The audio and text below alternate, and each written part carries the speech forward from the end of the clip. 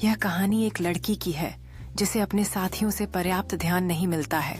लड़की अपने स्कूल के गलियारे में एकाकी खड़ी है, जबकि अन्य छात्र उसकी अनदेखी कर रहे हैं।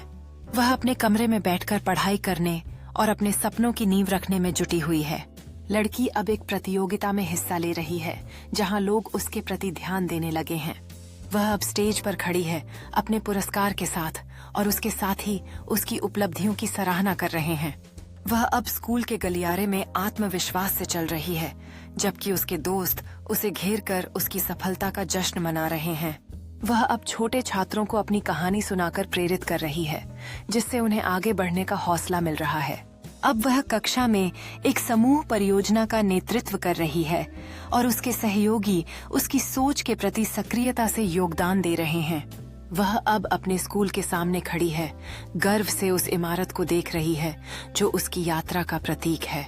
वह अब एक सामुदायिक कार्यक्रम में हिस्सा ले रही है, जहां वह अपने अनुभवों को साझा कर रही है और दूसरों को प्रेरित कर रही है। वह अब एक पार्क में अपने दोस्तों के साथ खुशनुमा समय बिता रही है, जो उसके जीवन में एक नई सामाजिक परिधि लाए हैं।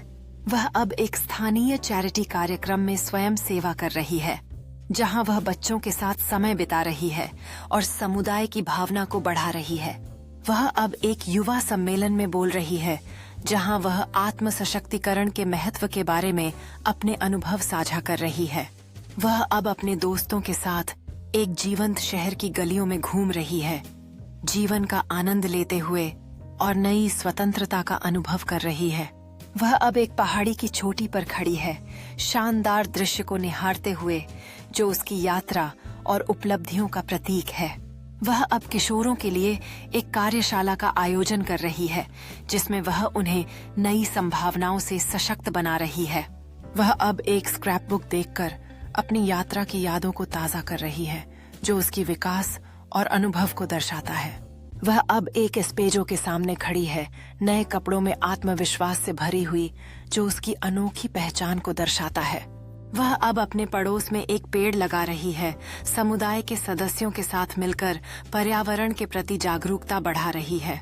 वह अब एक कक्षा में समूह चर्चा का नेतृत्व कर रही है, जहां वह अपने सहपाठियों को अपनी राय साझा करने के लिए प्रोत्साहित कर रही है। वह अब अपने समुदाय में बुजुर्ग निवासियों की मदद कर रही है, उन्हें दैनिक कार्यों में सहायता प्रदान करते हुए और कहानियां साझा कर रही है।